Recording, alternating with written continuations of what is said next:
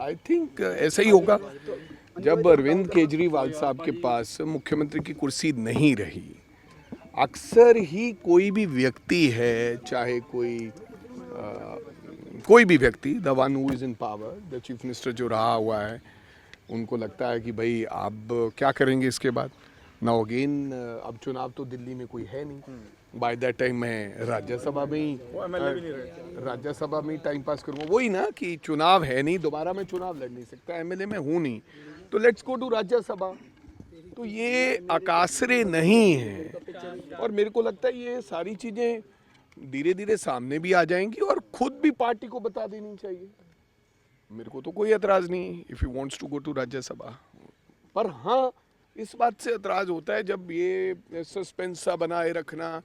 आजकल लोगों को सीधी सीधी बात समझ आती है, आपसे पहले सत्य लोगों को पता होता है, इसलिए तो कल प्रेडिक्शन कर दी पहले ही कि भाई वहाँ वो राज्यसभा में जाएंगे, ऐसा ऐसा होगा। ऐसा होता है तो मेरे को लगता है खुद पार्टियों को खुद ही कह देना चाहिए कि this is our plan and this we have to do that.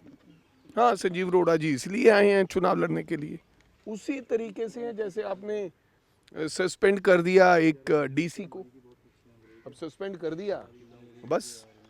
तो मेरे कहने का मतलब ट्रेवल एजेंट के ऊपर जो बड़ी कार्रवाई हो रही है, मैंने तो उसको बड़ी कार्रवाई किसको मानते हो आप? बड़ी कार्रवाई एक आधा कोई 2 रेड कर दिए, ये बड़ी कार्रवाई नहीं है। कार्रवाई ये है कि आपने उनको पकड़ा, आपने उनसे जितने भी उन्होंने लोगों को बाहर डंकी के थ्रू भेजा था उनके पैसे वापस दिलवा दिए, उसको कार्रवाई कहेंगे। उसको एफआईआर दे दी, you said we have done a बड़ी कार्रवाई।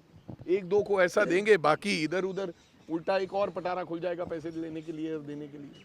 तो ये सर फिर आप डमी कार्रवाई मानते हैं जो सब एक्शन चल रहा है? 100% ये डमी कार्रवाई है, और इसको रोकने के लिए सरकार को पुख्ता इंतजाम करने पड़ेंगे। ये खाली रेड से नहीं रुकेगी। रेड तो बरसों से लोग ड्रग्स के वालों के ऊपर भी मार रहे हैं, क्या ड्रग रुक गया क्या? जितनी देर सरकार कोई अच्छी खासी नौजवानों के लिए पॉलिसी नहीं लेके आती, क्योंकि खुद कुछ नौजवान साथी इन एजेंट्स के पास जा रहे हैं कि हमें यार बाहर भेजो, आज भी चोरी छुपे जा रहे होंगे, जिनका ये धंधा है एजेंट्स का, जिनको लगता है कि बैठे बैठाए यूं ही 20 लाख रुपया बन जाता है, तो मेरे को लगता है कि वो क्यों ये छोड़ेंगे। हाँ, कुछ देर के लिए, कुछ 10-20 दिन के लिए थम जाएगा, अदरवाइज बंदा इंटरेस्टेड है जाने में, वो पैसे दे रहा है, वो भेज रहा है, ईजी मनी है, उनको लगता है कि यार भेज के अपना काम किया। तो मेरे कहने का मतलब सरकार को इसके लिए इंतजामात करना चाहिए, नौजवानों को नौकरी का कोई प्रबंध करना चाहिए, ताकि वो अपने देश छोड़कर, अपना प्रदेश छोड़कर वो देश से बाहर ना जाएं।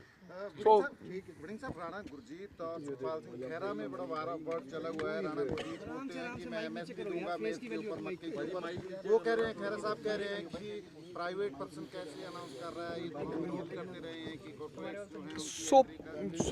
Know what is the problem in जो लॉ बिल थे, जो 3 कानून आए थे, उसमें भी ये था कि धीरे धीरे जो अडानी थे, प्राइवेट बायर जो थे, वो आपकी कनक और धान, जो भी झोना राइस है, वो खरीदेंगे।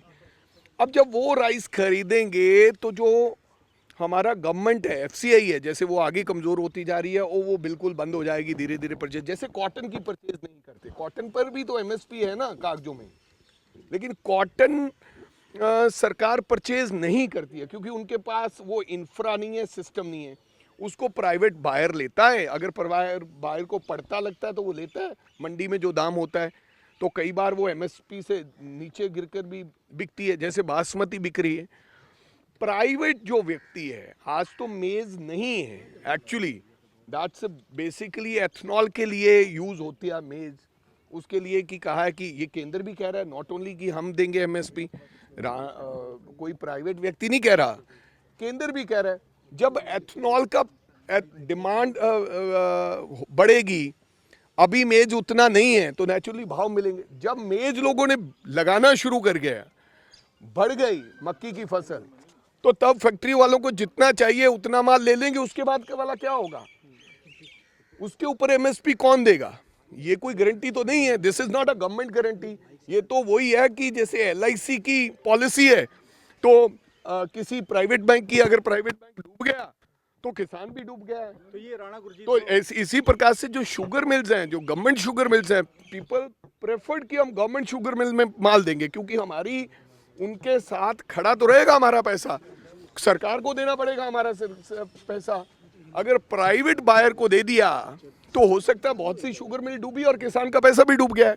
तो 100% आई थिंक प्राइवेट व्यक्ति तो कोई 6 महीने, साल, एक बार, क्योंकि उसको जितनी फसल चाहिए उसके लिए ही एमएसपी देगा ना। आप बताएं, मेरे को जितनी मेज चाहिए, मेरा अगर कोई प्राइवेट फैक्ट्री लगी है, जितनी मेरे को प्रोडक्शन हो रही है, जितनी मेरे को चाहिए उतनी लूंगा ना, दूसरा सामान कौन लेगा? तो आज तो मक्की की फसल उतनी है ही नहीं हमारे पास, इसलिए, पर उसके बाद कौन देगा? चलो चलो चलो देखो, कोई मेरे को पसंद करे नहीं करे, अगर हो सकता है वो ना पसंद करते हो, और मैं कैसे कह सकता हूँ कि आप मेरे को पसंद करें? अगर कोई किसी को नहीं पसंद करता, नहीं चाहता, और मैं धक्के से तो कह नहीं सकता, पर लेकिन हाँ, कुछ चीज़ें हमारे अंदर की चीज़ें हैं। बतौर प्रधान जो होता है ना, उसको बहुत सारी चीज़ें अपनी अंदर समाता है वो, और फिर बैठ के अपने परिवार के साथ बैठ के आराम से बात करता है, क्या कहनी है क्या नहीं। लेकिन मैं ऐसा लीडर तो नहीं हूँ कि जाकर मीडिया के सामने और परिवार की बात जो होगी वो मैं मीडिया के सामने किसानों के मुद्दे पे जो कांग्रेस बात करती है उससे तो ये अलग लाइन है ना, जो Rana Gurjeet no no no, मतलब आई एम नॉट, नहीं नहीं, चलो वो राणा गुरजीत से आप पूछिए, वो बताएंगे। लेकिन हाँ, हम प्राइवेटाइजेशन के लिए बिल्कुल सहमति नहीं देते हैं, पार्टी लाइन ये नहीं है। हम तो चाहते हैं कि सरकारें, अडानी कल बोल देगा कि मैं तो यार लूंगा आपका माल, धान लूंगा, वीट लूंगा, क्या कोई किसान मानेगा? नहीं।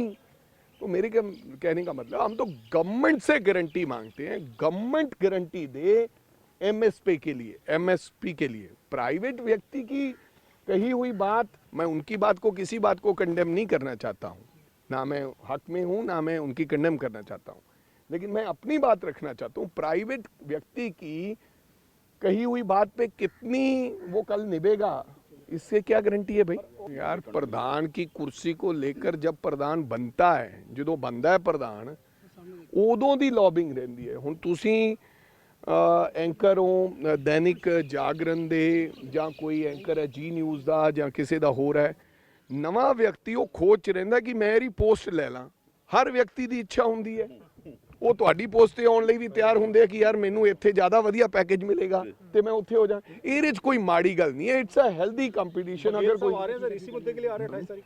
नहीं, बघेल साहब का मुद्दा ये नहीं है। 28 तारीख को बघेल साहब आएंगे अमृतसर, नतमस्तक होंगे, सब जगह पर, सब धामों पर जाएंगे। उसके बाद 1 तारीख को वो चंडीगढ़ रहेंगे, मीटिंग लेंगे, और AICC की तरफ से कुछ मीटिंग एजेंडा होगा, आपको पता चल जाएगा वो मीटिंग एजेंडा क्या है। जनरल मीटिंग्स के लिए आ रहे हो? इट्स अ जनरल मीटिंग, और हमारी मीटिंग रहेगी संगठन को लेकर, और क्या क्या यात्रा है आने वाले दिनों में, उसका प्लान करना है। अध्यक्ष का तो अभी कोई चर्चा नहीं है ना सर? यार, ये मैं अब अध्यक्ष को, मैं देखो भाई 3 साल हो गए मेरे को अध्यक्ष बने हुए। मैं किसी व्यक्ति विशेष की मर्जी पे तो अध्यक्ष बना नहीं हूँ। मैं ना ही किसी ने मैनू बनाया हाई कमांड ने, और मैनू पंजाब के लीडर साहबाना ने और पंजाब की जनता ने बहुत संजोग से प्यार दिता है। एंड कोई भी चीज़ जिहड़ी है वो स्थिर नहीं हुंदी है, हरेक व्यक्ति की कोई चीज़ पक्की स्थिर नहीं हुंदी है।